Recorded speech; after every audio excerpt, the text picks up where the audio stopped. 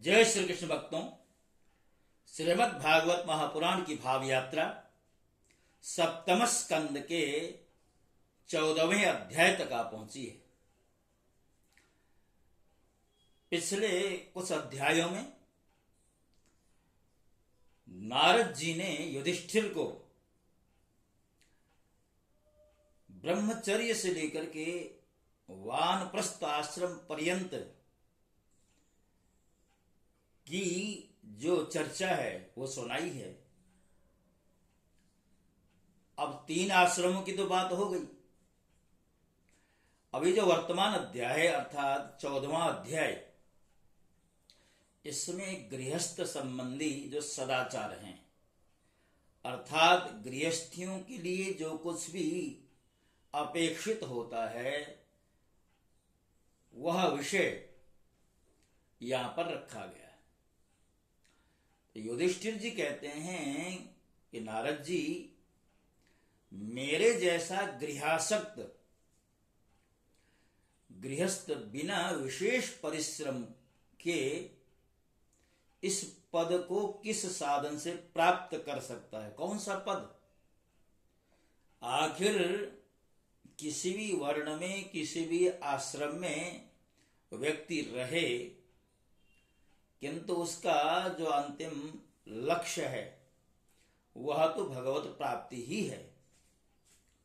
हम किसी भी मार्ग का अवलंबन करें, क्योंकि शास्त्रों में कहा गया रुचीनाम वैचित्र्याद ऋजु कुटिल नाना पथजुषाम नृणाम एको गम्यस्तमसि पैसा मरणव इव। अर्थात हे ईश्वर, हे प्रभु, भिन्न भिन्न रुचियां हो सकती हैं, भिन्न भिन्न मार्ग हो सकते हैं, किंतु भिन्न भिन्न मार्गों में चल करके ही अंतिम लक्ष्य भगवत प्राप्ति का ही होता है। ठीक उसी तरह जिस तरह अलग अलग मार्गों का अवलंबन करने वाली छोटी बड़ी जो नदियां होती हैं उनका अंतिम जो गंतव्य होता है वह समुद्र ही होता है। तो युधिष्ठिर जी भी यही कहना चाह रहे हैं, आप कृपा करके मुझे बताइए कि गृहस्थाश्रमी व्यक्ति भी किस तरह उस पद को प्राप्त कर सकता है, अर्थात भगवत पद।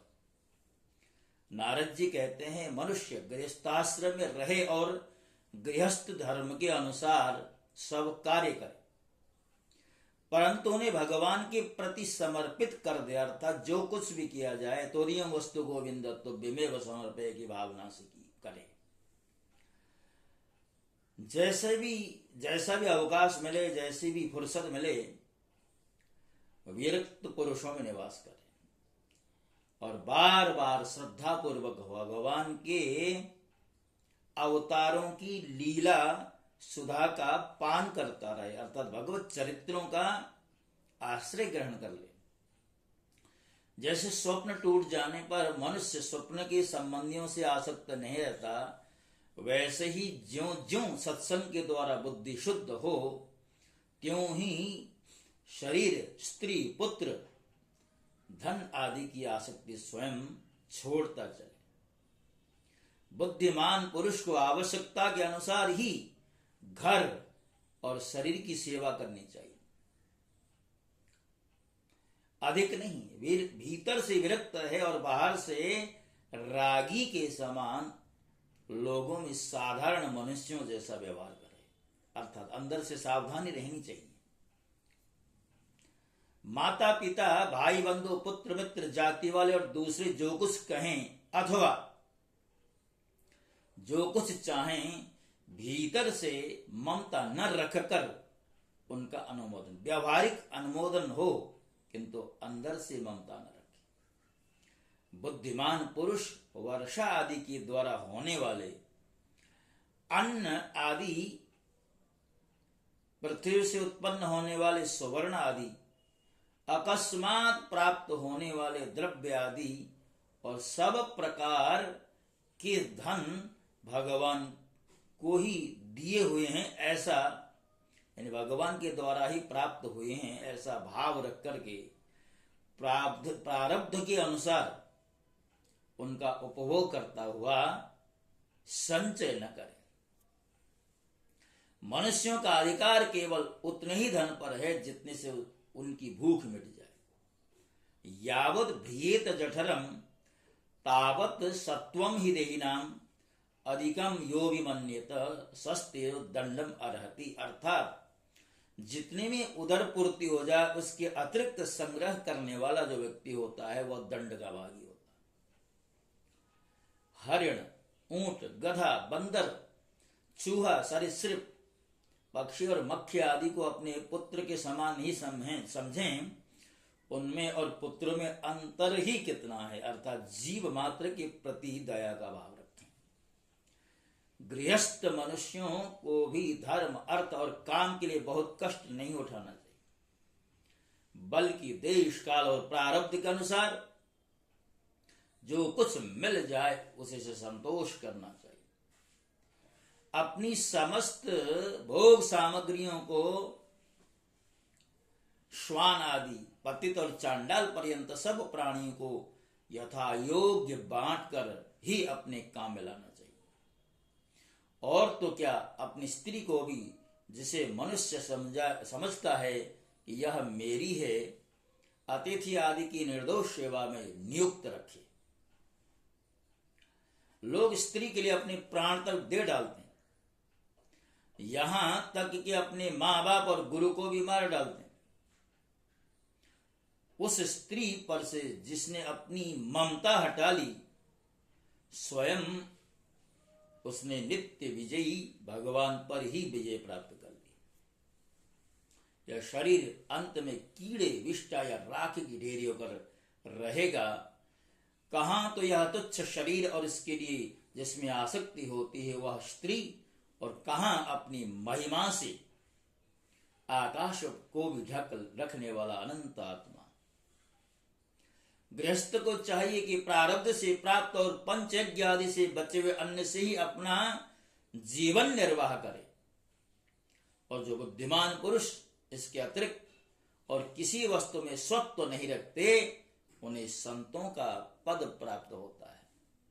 अपनी वर्णाश्रम विहित वृत्ति के द्वारा प्राप्त सामग्रियों से प्रतिदिन देवता, ऋषि, मनुष्य, भूत और पितृगण का तथा अपने आत्मा का पूजन करना चाहिए। यह एक ही परमेश्वर की भिन्न भिन्न रूपों में आराधना है। यदि अपने को अधिकार आदि यज्ञ के लिए आवश्यक सब वस्तुएं प्राप्त हों तो बड़े बड़े यज्ञ या अग्निहोत्र आदि के द्वारा भगवान की आराधना करनी चाहिए। युधिष्ठिर, वैसे तो समस्त यज्ञों के भोक्ता भगवान ही हैं, परंतु ब्राह्मण के मुख में अर्पित किए हुए हविष्यान्न से उनकी जैसी तृप्ति होती है, वैसी अग्नि के मुख में हवन करने से भी नहीं।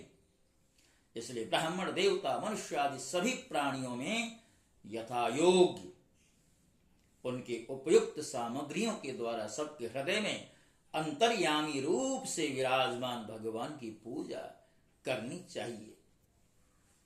धनी द्विज को अपने धन के अनुसार आश्विन मास के कृष्ण पक्ष में अपने माता पिता तथा उनके बंधुओं, पिता मह, माता मह आदि का भी श्राद्ध करना चाहिए। इसके अतिरिक्त अयन, कर्क एवं मकर की संक्रांति, विषुव, तुला और मेष संक्रांति, व्यतीपात, दिनक्षय, चंद्र ग्रहण या सूर्य ग्रहण के समय, द्वादशी के दिन, श्रवण, धनिष्ठा और अनुराधा नक्षत्रों में, वैशाख शुक्ल तृतीया अर्थात अक्षय तृतीया, कार्तिक शुक्ल नवमी, अक्षय नवमी, अगहन, पौष मास, माघ और फाल्गुन, इन 4 महीनों की कृष्णाष्टमी, माघ शुक्ल सप्तमी, माघ की मघा नक्षत्र से युक्त पूर्णिमा और प्रत्येक महीने की वह पूर्णिमा जो अपने मास, नक्षत्र, चित्रा, विशाखा, ज्येष्ठ आदि से युक्त हो, चाहे चंद्रमा पूर्ण हो या अपूर्ण। द्वादशी तिथि का अनुराधा, श्रवण, उत्तरा फाल्गुनी, उत्तराषाढ़ा और उत्तरा भाद्रपदा के साथ योग, एकादशी तिथि का तीनों उत्तरा नक्षत्रों से योग, अथवा जन्म नक्षत्र या श्रवण नक्षत्र से योग, ये सारे समय पितृगणों का श्राद्ध करने योग्य एवं श्रेष्ठ है। ये योग केवल श्राद्ध के लिए ही नहीं, सभी पुण्य कर्मों के लिए उपयोगी है। ये कल्याण की साधना के उपयुक्त और शुभ की अभिवृद्धि करने वाले हैं। इन अवसरों पर अपनी पूरी शक्ति लगाकर शुभ कर्म करने चाहिए। इन शुभ संयोग में जो स्नान, जप, होम, व्रत तथा देवता और ब्राह्मणों की पूजा की जाती है, अथवा जो कुछ देवता, पितर, मनुष्य एवं प्राणियों को समर्पित किया जाता है, उसका फल अक्षय होता है। युधिष्ठिर इसी प्रकार स्त्री के पुंसवन आदि, संतान के जात कर्मादि तथा अपने यज्ञ, दीक्षा आदि संस्कारों के समय, शवदाह के दिन या वार्षिक श्राद्ध के उपलक्ष्य में अथवा अन्य मांगलिक कर्मों में दान आदि शुभ कर्म करने चाहिए। हे युधिष्ठिर, अब मैं उन स्थानों का वर्णन करता हूं जो धर्म आदि श्रेय की प्राप्ति कराने वाले। सबसे पवित्र देश वह है जिसमें सत्पात्र प्राप्त होते हैं, जिनमें यह सारा चर और अचर जगत स्थित एवं भगवान की प्रतिमा जिस देश में हो, जहां तप, विद्या एवं दया आदि गुणों से युक्त ब्राह्मणों के परिवार निवास करते हों, तथा जहां जहां भगवान की पूजा होती हो, पुराणों में प्रसिद्ध गंगा आदि नदियां हों, वे सभी स्थान परम कल्याणकारी। पुष्कर आदि सरोवर, सिद्ध पुरुषों के द्वारा सेवित क्षेत्र, कुरुक्षेत्र, गया, प्रयाग, पुलहाश्रम अर्थात शालग्राम क्षेत्र, नैमिषारण्य, फाल्गुन क्षेत्र, सेतुबंध, प्रभास, द्वारका, काशी, मथुरा, पंपासर, बिंदु सरोवर, बद्रिकाश्रम, अलकनंदा, भगवान सीताराम जी के आश्रम, अयोध्या, चित्रकूट आदि, महेंद्र और मलय आदि समस्त कुल पर्वत और जहां जहां भगवान के अर्चावतार हैं, वे सब के सब देश अत्यंत पवित्र हैं। कल्याणकामी पुरुषों को बार बार इन देशों का सेवन करना चाहिए। युधिष्ठिर, पात्र निर्णय के प्रसंग में पात्र के गुणों को जानने वाले विवेकी पुरुषों ने एकमात्र भगवान को ही सत्पात्र बताया है। वह चराचर जगत, यह चराचर जगत उन्हीं का ही तो स्वरूप है। अभी तुम्हारे इसी यज्ञ की बात है। देवता, ऋषि, सिद्ध और सनकादियों के रहने पर भी अग्र पूजा के लिए भगवान श्री कृष्ण को ही पात्र समझा गया। असंख्य जीवों से भरपूर इस ब्रह्मांड रूप महावृक्ष के एकमात्र मूल भगवान श्री कृष्ण ही हैं, इसलिए उनकी पूजा से समस्त जीवों की पूजा या समस्त जीवों की आत्मा तृप्त हो जाती है। उन्होंने मनुष्य, पशु, पक्षी, ऋषि और देवता आदि के शरीर रूप पुरों की रचना की है तथा वे इन पुरों में जीवन रूप से शयन भी करते हैं, इससे उनका नाम पुरुष है। हे युधिष्ठिर, एक रस रहते हुए भी भगवान इन मनुष्यादि शरीरों में उनकी विभिन्नता के कारण न्यूनाधिक रूप से प्रकाशमान है। इसलिए पशु, पक्षी आदि शरीरों की अपेक्षा मनुष्य ही श्रेष्ठ पात्र है। मनुष्य में भी जिसमें भगवान का अंश, तप, योग आदि जितना ही अधिक पाया जाता है, वह उतना ही श्रेष्ठ है। हे युधिष्ठिर, त्रेतादि युगों में जब विद्वानों ने देखा कि मनुष्य परस्पर एक दूसरे का अपमान आदि करते हैं, तब उन्होंने उपासना की सिद्धि के लिए भगवान की प्रतिमा की प्रतिष्ठा की। तभी से कितने ही लोग बड़ी श्रद्धा और सामग्री से प्रतिमा में ही भगवान की पूजा करते हैं, परंतु जो मनुष्य द्वेष करते हैं उन्हें प्रतिमा की उपासना करने पर भी सिद्धि नहीं प्राप्त होती।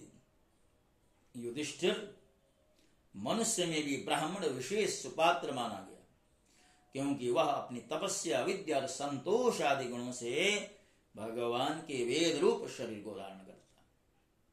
महाराज, हमारी और तुम्हारी तो बात ही क्या, ये जो सर्वात्मा भगवान श्री कृष्ण हैं उनके भी इष्ट देव ब्राह्मण ही हैं, क्योंकि उनके चरणों की धूल से तीनों लोग पवित्र होते रहते हैं।